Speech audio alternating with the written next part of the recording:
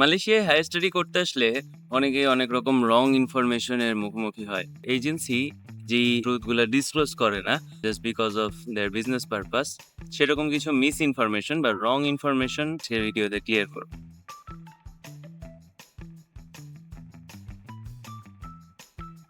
The first thing is মালয়েশিয়ায় আসতে IELTS লাগে না। মালয়েশিয়ায় আসতে আইএলটিএস লাগে না এটা যেমন কাইন্ড অফ ঠিক, বাট আবার আইএলটিএস লাগেও। আপনি যদি কোনো আইএলটিএস বা ইংলিশ প্রফিসিয়েন্সি সার্টিফিকেট ছাড়া অ্যাপ্লাই করেন, in that case you will get conditional offer letter. So আপনি ওই অফার লেটার দিয়ে ইএমজিএস পে করে মালয়েশিয়া পর্যন্ত চলে আসতে পারবেন, কিন্তু যখন আপনি ইউনিভার্সিটিতে এসে রেজিস্ট্রেশন করতে যাবেন তখন ওরা আপনাকে বলবে যে তোমার ইংলিশ প্রফিসিয়েন্সি লেটার কোথায় বা সার্টিফিকেট কোথায়। কজ উইদাউট এনি প্রফিসিয়েন্সি তারা আপনাকে মেইন প্রোগ্রামে এনরোল করবে না। এটা সব ইউনিভার্সিটির এই পলিসি। কিছু কিছু ইউনিভার্সিটিতে একদম জিরো টলারেন্স যে আইএলটিএস লাগবেই।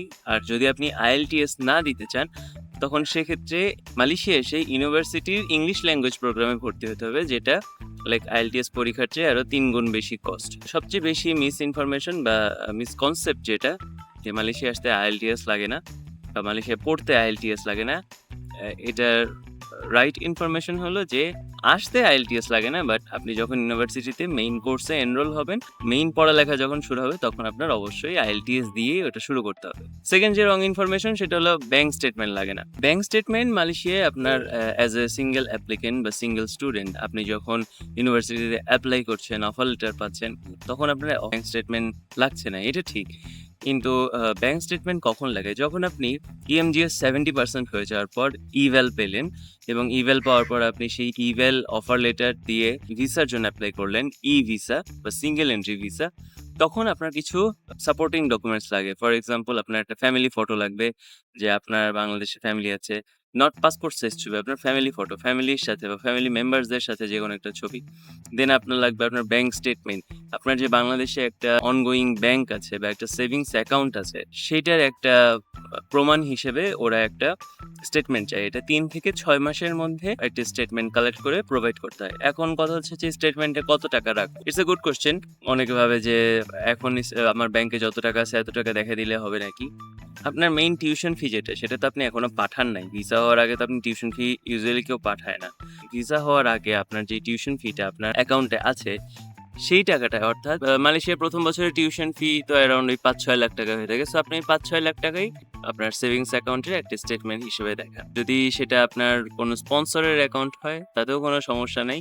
বাট এটা যেন মেনশন করা থাকে যে আপনার স্পন্সর। থার্ড যে মিস ইনফরমেশন সেটা হলো এসওপি লাগে না। এসওপি মানে কি? Statement of purpose. মালয়েশিয়ায় মানে কেন আসতে চাচ্ছেন? এটা ক্ষেত্র বিশেষে লাগে। কিছু ইউনিভার্সিটিতে লাগে, কিছু ইউনিভার্সিটিতে লাগে না। লাইক যেই ইউনিভার্সিটিগুলো ওয়েল র‍্যাঙ্কড, যেগুলো আপনার হাই ক্যাটাগরি ইউনিভার্সিটি, যারা ডকুমেন্টেশন খুব থ্রোলি চেক করে, তাদের জন্য এই এসওপিটা একটা বলা যায় ম্যান্ডেটরি। অনেকে আবার বলে যে মাস্টার্স প্রোগ্রামে বা বাই রিসার্চ প্রোগ্রাম কিংবা পিএইচডি প্রোগ্রামে রিসার্চ প্রপোজাল লাগে না, বাট এটাও একটা রং ইনফরমেশন। যখন আপনি কোনো ইউনিভার্সিটিতে অ্যাপ্লাই করেন, ইটস নট অনলি মালয়েশিয়া, আপনার যেই ডকুমেন্টগুলো রেডি রাখা দরকার, আপনার পাসপোর্ট, আপনার academic certificate, academic transcript, English language certificate, আপনার মিনিমাম ২টা লেটার অফ রিকমেন্ডেশন, যেই টিচারদের সাথে আপনার আর কি বেশি খাতির আছে, যেই টিচার আপনাকে নিয়ে একটু ভালো বলবে, এরকম ২ জন টিচারের কাছ থেকে আপনার রিকমেন্ডেশন লেটার, একটা স্টেটমেন্ট অফ পারপাস, কেন মালয়েশিয়া আসতে চাচ্ছেন, কেন এই ইউনিভার্সিটি চুজ করছেন, কেন এই প্রোগ্রামটা চুজ করছেন, এই ইনফরমেশনগুলো একটু ক্লিয়ার করতে হবে। দেন আপনার ভিসার জন্য রেডি রাখা হলো আপনার একটা ব্যাংক স্টেটমেন্ট, আপনার একটা ফ্যামিলি ফটো। এই ডকুমেন্টগুলো যদি একদম সাজানো গোছানো ভাবে থাকে, আপনার মালয়েশিয়ার ভিসা কেউ আসলে ঠেকাইতে পারে না। Genuine document, not fake documents. And SOP যেই জিনিসটা, এটা কিন্তু নট অনলি আপনার ইউনিভার্সিটিতে লাগে। মালয়েশিয়া আপনি যখন সিঙ্গেল এন্ট্রি বা ই ভিসার জন্য অ্যাপ্লাই করবেন, সবসময় কিন্তু এমন না যে আপনার উইদাউট ইন্টারভিউ ভিসা অ্যাপ্রুভ হয়ে যাবে। সামটাইমস এক্সেপশন কেসে আপনার কিন্তু ইন্টারভিউর জন্য কল করতেও পারে। ম্যাক্সিমাম ব্যাচেলার স্টুডেন্টদের জন্য ভিসা ইন্টারভিউ কল করে থাকে। সো আপনি যখন ওই ইন্টারভিউ ফেস করবেন, ওখানে যদি জিজ্ঞাসা করে যে আপনার স্টেটমেন্ট অফ পারপাস, আপনি কেন যাচ্ছেন, আপনি যাতে ওটা ক্লিয়ারলি এক্সপ্লেইন করতে পারেন, এই জন্য আপনার একটা এসওপি রেডি রাখাও জরুরি। আরেকটা মিস ইনফরমেশন সবার মাঝখানে আছে যে মালয়েশিয়ায় স্টাডি গ্যাপ কোনো ম্যাটার না। স্টাডি গ্যাপ ম্যাটার করে আপনার ব্যাচেলরের ক্ষেত্রে। আমি আমার রিসেন্ট একটা ফাইল যেটা আমি সাবমিট করেছি আমার ইউনিভার্সিটিতেই, ওর এইচএসসি ছিল 2018-তে। সে আবারও ব্যাচেলর প্রোগ্রামের জন্য আসছে, যদিও সে বাংলাদেশ থেকে ব্যাচেলর কমপ্লিট করতে পারেনি। এখানে আবার ব্যাচেলর প্রোগ্রামে আসছে 2026-এ, so almost 8 years gap. So 8 years গ্যাপটা আমি সামহাউ ওর জব এক্সপিরিয়েন্স দিয়ে কভার আপ করে দিয়েছি। কিন্তু যাদের কোনো জব এক্সপিরিয়েন্স নাই, যারা জব এক্সপিরিয়েন্স দেখাতে পারেন না, তাদের ক্ষেত্রে কিন্তু স্টাডি গ্যাপটা ম্যাটার করবে। ব্যাচেলারের ক্ষেত্রে 6 থেকে 8 বছরের বেশি যদি আপনার গ্যাপ হয়ে থাকে, দেন আপনার এখানে কোনো সুযোগ নেই ব্যাচেলার করার। আর মাস্টার্সের জন্য ব্যাচেলারের পর মাস্টার্স, পিএইচডিতে গ্যাপ কোনো ইস্যু না। নেক্সট অ্যান্ড লাস্ট যেই মিসকনসেপ্ট, সেটা হলো ক্রেডিট ট্রান্সফার। তুমি খুব সহজেই এখান থেকে ক্রেডিট ট্রান্সফার করে ইউরোপ, আমেরিকা, কানাডা, অস্ট্রেলিয়া সব জায়গায় চলে যেতে পারবা। এই জিনিসটা যে প্রমোট করা হচ্ছে, বাট এটা আমার ক্রেডিট ট্রান্সফারে আমি এলিজিবল কিনা বা আমি আমার রিকোয়ার্ড কোটা ফুলফিল করছি কিনা, এটা কিন্তু কেউ বলে না। হ্যাঁ, অপশন আছে ক্রেডিট ট্রান্সফার করার, কিন্তু ক্রেডিট ট্রান্সফার ইউনিভার্সিটিগুলা খুবই হাই কস্ট, খুবই হাই কস্ট।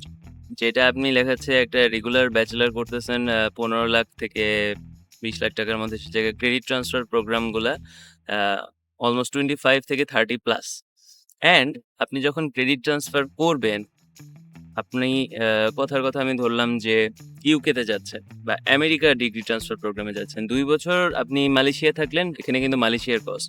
দেন আপনি যখন আমেরিকায় যাবেন, আপনার টোটাল কস্টটা কিন্তু আমেরিকার বেসিসে কস্ট ক্যালকুলেশন হবে। সো ওরকম ফাইন্যান্সিয়াল ব্যাকআপ আপনাকে রেডি রাখতে হবে।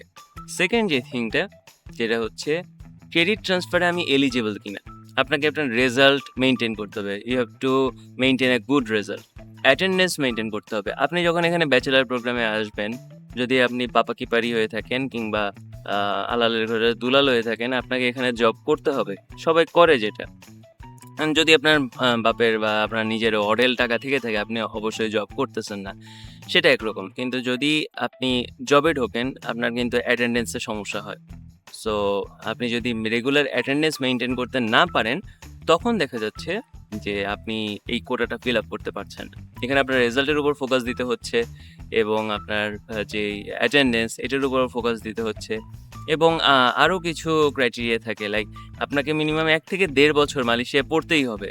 মিনিমাম আপনার ওই সামটাইমস 60 ক্রেডিট, সামটাইম 120 ক্রেডিটস, এগুলো ফিল আপ করাই লাগে।